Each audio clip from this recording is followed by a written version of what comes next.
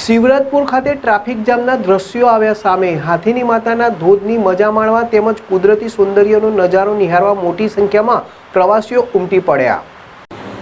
પંચમહાલ જિલ્લામાં આવેલ હાથણી માતાના ધોધ ખાતે રવિવારની રજાને લઈને મોટી સંખ્યામાં પ્રવાસીઓ ઉમટ્યા।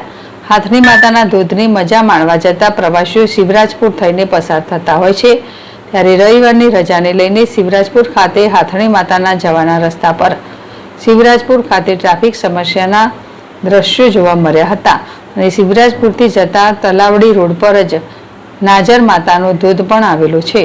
ફોરેસ્ટ વિભાગ દ્વારા પ્રવેશવાની મનાઈ છે।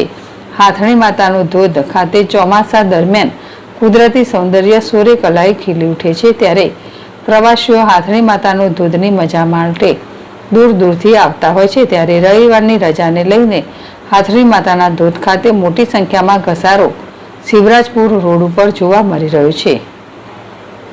કિરણ ગોહિલ, ZSTV, પંચમહાલ।